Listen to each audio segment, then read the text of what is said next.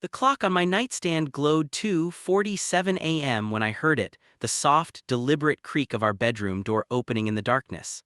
My heart immediately kicked into overdrive. Living in the suburbs of Portland, we'd always felt safe, but lately there had been reports of break-ins in nearby neighborhoods. I lay perfectly still, my hand instinctively reaching for my wife Sarah beside me, but her side of the bed was empty and cold. She was at her mother's house 3 states away, helping care for her father who just had surgery. I was alone with our 15-year-old son, Marcus. Marcus! My breath caught as I realized it had to be him, but why would he be creeping into our bedroom at this hour? I kept my eyes barely open, watching through my lashes as a small beam of light swept across the room. A flashlight. The figure was small, definitely Marcus's build, moving with an odd combination of stealth and purpose. He wasn't stumbling like someone half asleep or sick. This was intentional. The light paused on Sarah's jewelry box on the dresser. My muscles tensed, ready to spring up, but something made me wait. This was my son, there had to be an explanation. Marcus crossed to the dresser with surprising confidence for someone navigating in near darkness. I heard the soft sound of the jewelry box opening. Then, to my complete shock, I heard him whisper, "I'm so sorry, Mom. I'll explain everything, I promise."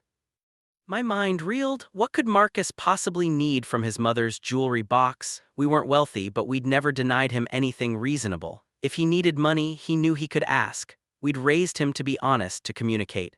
This secretive behavior was completely unlike him. The jewelry box closed with a soft click and Marcus turned to leave. I remained frozen, my mind spinning with possibilities, each worse than the last. Drugs, gambling, was my son in some kind of trouble? After I heard his bedroom door close down the hall, I sat up and turned on the bedside lamp with trembling hands. I padded across the carpet to Sarah's dresser and opened the jewelry box, my heart hammering. First, everything looked normal. Sarah's modest collection was still there. Her grandmother's pearl earrings, the silver bracelet I'd given her on our 10th anniversary, various pieces accumulated over the years. But then I noticed it, her engagement ring was missing. The small diamond solitaire I'd saved for months to buy when we were barely 23 years old. It wasn't expensive by today's standards, but it was precious to us, symbolizing the beginning of everything we'd built together. I sank onto the edge of the bed, my mind racing through scenarios. Had Marcus stolen his mother's engagement ring to pawn it? But for what? He had a part-time job at the local bookstore, his grades were solid, he had good friends. Where had we gone wrong? I didn't sleep the rest of that night. I lay in bed, staring at the ceiling, trying to reconcile the son I thought I knew with this midnight thief who'd taken one of our most precious possessions. The next morning, I watched Marcus carefully over breakfast. He looked tired, dark circles under his eyes, but otherwise normal. He scrolled through his phone while eating cereal, occasionally laughing at something he saw. It was such an ordinary teenage morning scene that I almost convinced myself I'd imagined everything. "Did you sleep okay?" I asked, trying to keep my voice casual. Marcus looked up, and for just a fraction of a second I saw something flash in his eyes, guilt, fear, before his expression smoothed out. "Yeah, fine, you." "Not really," I admitted. "Couldn't sleep much with your mom away." He nodded sympathetically and went back to his phone. I wanted to confront him right then, to demand answers, but something held me back. Maybe it was the memory of my own father's harsh interrogations when I was a teenager, the way his immediate assumptions of wrongdoing had driven a wedge between us that took years to repair. I didn't want to be that father. "Marcus," I said slowly, "if you ever needed anything, money, help with something, whatever, you know you could come to me, right?"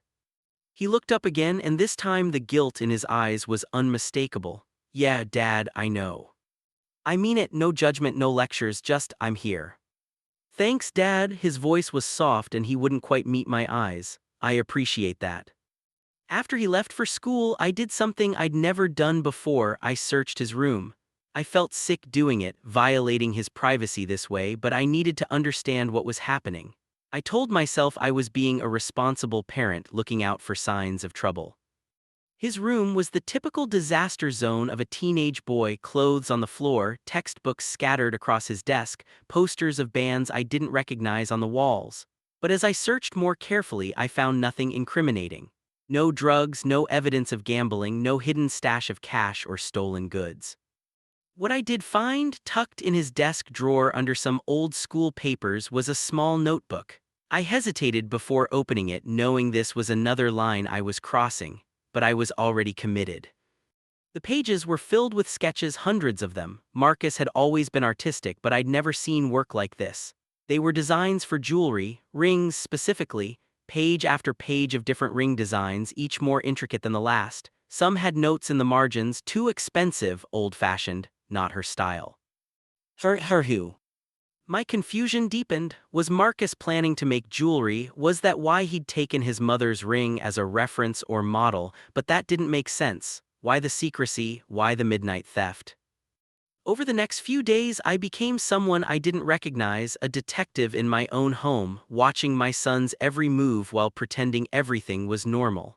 I hated myself for it, but I couldn't stop. I noticed Marcus had been leaving the house more often in the evenings, always with vague explanations about studying with friends or working on a project. His part-time work hours at the bookstore seemed to have increased too. When I casually asked his boss during a chance encounter at the grocery store, she mentioned how dedicated Marcus had been lately, picking up extra shifts whenever possible. He was working more and being more secretive. The combination filled me with dread. On Thursday evening, I did something I'm still not proud of. I followed him. He'd said he was going to the library, but instead of heading toward the public library downtown, he took a bus to a part of town I knew he didn't usually frequent. I followed in my car, staying far enough back to avoid detection, feeling like a creep. Marcus got off at a stop near a small strip mall. I watched as he entered a shop with a discreet sign, "Hartley & Sons Fine Jewelry." My stomach dropped. Was he pawning the ring? But he stayed inside for over an hour. Longer than any pawn transaction would take. When he finally emerged, he wasn't carrying anything, but his expression was focused, almost excited. He checked his phone, smiled at something on the screen, and headed back to the bus stop.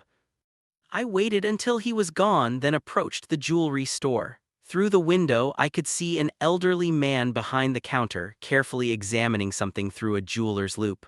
I took a deep breath and went inside. A small bell chimed as I entered. The old man looked up and his weathered face broke into a warm smile. "Good evening, how can I help you?" I hesitated, feeling foolish. "I think my son was just here," teenager about 5'8", curly dark hair. The man's smile widened. "Ah, young Marcus, yes indeed, such a dedicated young man. Are you his father?" I nodded, relief flooding through me that at least Marcus had been honest about who he was. "Can you tell me, what's he doing here? I'm worried he might be in some kind of trouble." The old man's expression shifted to surprise, then understanding. "Ah, I see, you don't know about the apprenticeship." "Apprenticeship? Please, sit down." He gestured to a stool near the counter. "My name is Henry Hartley. Marcus approached me about 2 months ago with some sketches of jewelry designs. Remarkable work for someone his age, truly remarkable." He asked if I would teach him the craft. 2 months ago, right around when Sarah and I had been discussing our upcoming 20th wedding anniversary.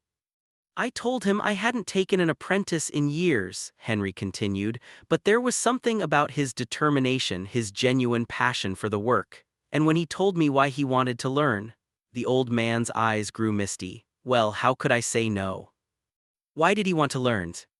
Henry looked at me carefully. "Perhaps that's something you should ask him yourself. But I can tell you this, your son is one of the finest young men I've met in my 40 years in this business. Whatever concern brought you here today, you can let it go." I drove home in a daze, Henry's words echoing in my mind. An apprenticeship, jewelry making.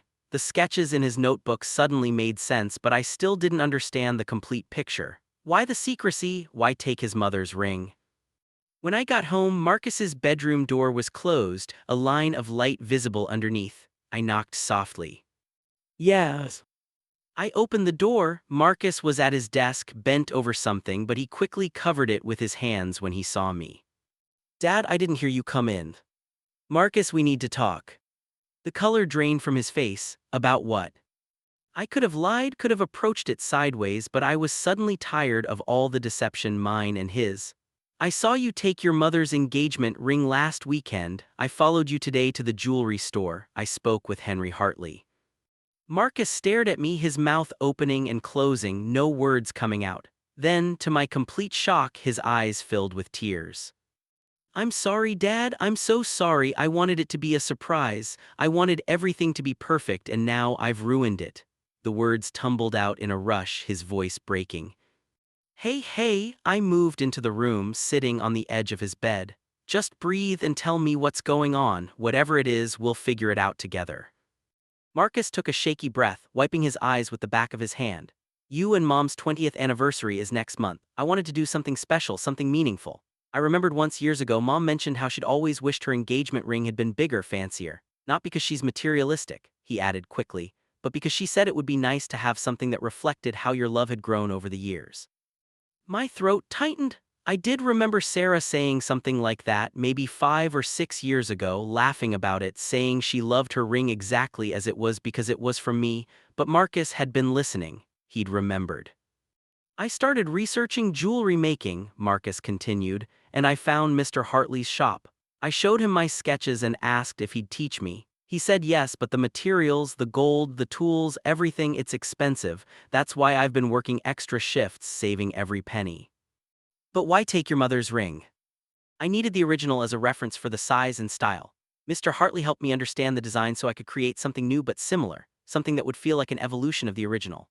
I was going to incorporate the diamond from her ring into the new design. He showed me how to safely remove and reset it. That way, it would still have the same diamond you gave her 20 years ago, but in a new setting that represented everything you've built together." I couldn't speak, my vision blurred with tears I didn't bother to hide. "I was going to give it to you before the anniversary so you could present it to her," Marcus said softly. "Like a renewal of your vows, sort of, but I wanted it to be from both of us, from you because you're partners, and from me because you guys are the reason I believe in love. You're the reason I know what a good marriage looks like." I pulled my son into a fierce hug, not trusting myself to speak. All those nights of worry, of imagining the worst, of letting fear poison my trust in him, and the truth was so much better than anything I could have imagined. "I'm sorry I took the ring without asking," Marcus said into my shoulder. "I knew if I asked, it would ruin the surprise, and I'm sorry for being so secretive. I just really wanted this to be special." "You have nothing to apologize for," I managed to say. "I'm the one who should be sorry. I jumped to conclusions. I searched your room, followed you, doubted you. I was so focused on what might be wrong that I couldn't see what was right." Marcus pulled back, wiping his eyes again, a small smile appearing. "Well, to be fair, I was acting pretty suspicious. Sneaking around at night, being secretive, spending money on mysterious things. In a movie, I'd definitely be the kid with a drug problem." We both laughed, the tension finally breaking. "Can I show you?" Marcus asked. "The ring, it's almost finished. I was just doing some final polishing." He uncovered what he'd been hiding on his desk when I walked in. There on a small velvet pad was the most beautiful ring I'd ever seen. It incorporated Sarah's original diamond, but the setting was entirely new, an elegant design that managed to be both modern and timeless, with delicate details that suggested growth and intertwining like two vines growing together. Around the band were small inscriptions, too tiny for me to read without my glasses. "Those are dates," Marcus explained, pointing to the inscriptions. "Your wedding date, my birthday, and a few other important family milestones," Mr. Hartley suggested. He said the best jewelry tells a story. "Marcus," I breathed, "this is extraordinary. Your mother is going to be absolutely blown away." "You think so? It's not too much." I worried maybe I was going overboard. "It's perfect, you're perfect." I hugged him again. "I'm so proud of you, not just for this but for who you are, for caring enough to do this, for having the dedication to learn a new skill, for thinking about your mother's happiness." "I learned from the best," he said quietly. The next few weeks passed in a blur of anticipation. Marcus and I became co-conspirators, planning how to present the ring to Sarah. He finished his work with Henry, who refused to take payment for the hours of instruction, saying that working with Marcus had been payment enough. "That boy has real talent," Henry told me when I went to pick up the completed ring. "If he ever wants to pursue this professionally, he'll have a place in my shop, but I suspect he's destined for even greater things." Sarah returned from caring for her father 2 days before our anniversary. She was exhausted but happy that her father was recovering well. She noticed immediately that something was different between Marcus and me, a new closeness, inside jokes, shared glances. "What's going on with you two?" she asked over dinner that first night back. you're acting weird. No idea what you mean, I said, winking at Marcus. We're always like this, Marcus added, grinning. Sarah narrowed her eyes suspiciously but smiled. Well, whatever it is, I like it. It's nice to see you two bonding. On our anniversary, I woke Sarah early to watch the sunrise from our back deck, her favorite way to start special days. We sat with our coffee, her head on my shoulder, watching the sky paint itself in shades of orange and pink. 20 years, she said softly. Remember when we thought we knew everything about love? And now we know we'll never stop learning, I finished, a phrase we'd said to each other many times over the years. I have something for you, I said, pulling out the small box I'd been keeping in my robe pocket. Sarah's eyes widened. We said no expensive gifts this year, we're saving for Marcus's college. Just open it. She lifted the lid and I watched her face as she saw the ring. First confusion, then recognition of the diamond, then complete shock as she understood what she was looking at. Is this my ring? But how? There's someone who wants to explain it to you. As if on cue, Marcus appeared in the doorway, still in his pajamas, holding a handwritten letter. He'd insisted on writing down everything he wanted to say, afraid he'd get too emotional and forget something. Hi, Mom, he said, his voice already thick with emotion. Can I read you something? Sarah nodded, tears already streaming down her face. Marcus unfolded his letter and began to read. Mom and Dad, for as long as I can remember, I've watched you two be in love. Not the Hollywood kind of love where everything is perfect and dramatic. The real kind where you choose each other every day, even on the hard days, especially on the hard days. I've watched Dad bring you coffee in bed every Sunday, even when he's exhausted. I've watched you edit Dad's work emails to make them sound professional instead of accidentally aggressive. I've seen you hold hands during scary movies, argue about the best way to load the dishwasher, and laugh at inside jokes I don't understand. I've watched you be partners. Mom, you mentioned once that you wished your engagement ring was bigger to match how big your love had grown. I couldn't stop thinking about that, so I decided to try to make you something that would show what 20 years of partnership looks like. I found Mr. Hartley, and he taught me how to take something small and beautiful and transform it into something that tells your whole story.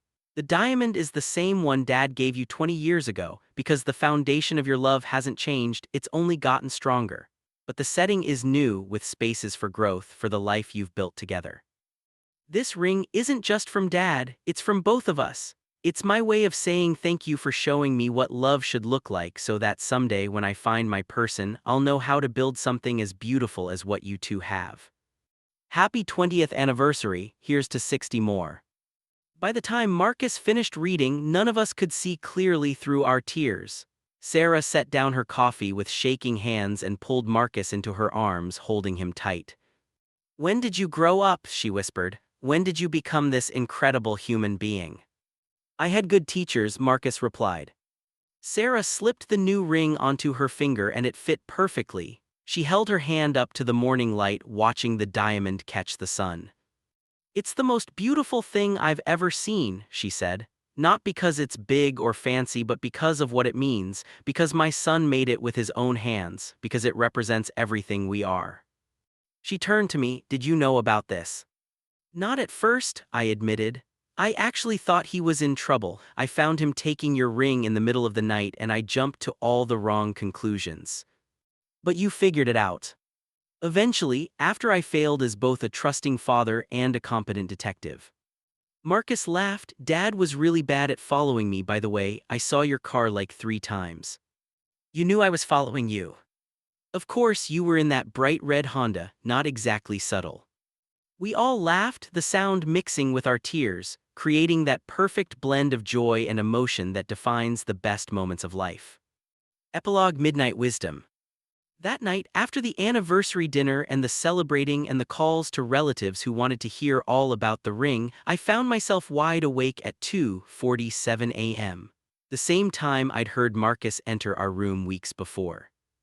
I got up and walked down the hall to Marcus's room. The door was ajar and I could see him at his desk sketching by the light of his lamp. I knocked softly. Can't sleep, he asked, looking up. Just thinking. I sat on his bed. Can I tell you something? Sure. When I heard you come into our room that night, my first instinct was fear, then suspicion. I imagined the worst possible scenarios. I didn't trust you even though you'd never given me a reason not to. Marcus put down his pencil. I get it, Dad, I was acting weird. No, let me finish. I've been thinking about this a lot, about trust and fear and parenting. Your grandmother, my mother, she always gave me the benefit of the doubt. When I messed up as a teenager, she'd ask what happened, not what I'd done wrong. She trusted that I was fundamentally good even when I made mistakes. I remember Grandma, Marcus said softly. She'd passed away 2 years earlier. She was like that with me too. Yeah. I realized I hadn't been extending you that same trust, not because you didn't deserve it, but because I was afraid. Afraid of all the things that could go wrong, all the ways I could fail you as a father. And in my fear, I almost missed seeing the amazing thing you were doing. You didn't miss it though, you figured it out. But I should have just asked you. I should have said, Marcus, I noticed something unusual and I'm concerned. Can we talk? Instead, I spied on you, I searched your room, I followed you, I let fear drive my actions instead of love and trust. Marcus was quiet for a moment, then said, You know what's funny? I almost told you so many times. Every time you gave me that opening, asking if I needed anything or if everything was okay. Part of me wanted to just blurt it all out, but I wanted the surprise more. Why was the surprise so important to you? Marcus thought for a moment. Because you guys do everything for me. You work hard, you sacrifice, you make sure I have opportunities you never had. And I wanted to do something for you that required real effort, real sacrifice on my part. Something that cost me time and sweat and learning new things. I wanted to give you something that wasn't just bought with money but made with love. I felt tears prickling my eyes again. You succeeded, beyond anything you can imagine. Dad, Marcus said after a pause, I learned something too. I learned that sneaking around, even for good reasons, damages trust. If I'd just been upfront with you, told you I was planning something for the anniversary and needed Mom's ring temporarily, you wouldn't have spent weeks worried sick. That's wise beyond your years. I have good teachers, he repeated his earlier phrase with a smile. We sat in comfortable silence for a while, father and son, each lost in thought. Mr. Hartley asked if I wanted to keep working with him, Marcus finally said. Not as a career necessarily, but as a skill. He said jewelry making is about capturing memories in metal and stone, about making physical objects that carry emotional weight. What did you tell him? I said I'd think about it. I love what I learned and I'm proud of Mom's ring. But I think what I really learned was about dedication and craft and doing things that matter. Maybe I'll keep making jewelry or maybe I'll apply those lessons somewhere else. Whatever you choose, you'll be amazing at it. Thanks, Dad, Marcus yawned. I should probably try to sleep school tomorrow. I stood to leave, then paused at the door. Marcus, thank you. For what? For being you, for reminding me what it means to love someone enough to put in the hard work, for teaching your old dad a few things about trust and faith and believing in the people we love. Anytime, Dad, anytime. I went back to bed and this time, sleep came easily. And when I woke up the next morning, the first thing I saw was Sarah holding her hand up to the morning light streaming through the window, watching her rings sparkle, a smile of pure contentment on her face. Sometimes the best lessons come from the most unexpected teachers. And sometimes what seems like a shocking secret in the darkness of night turns out to be the most beautiful gift in the light of day.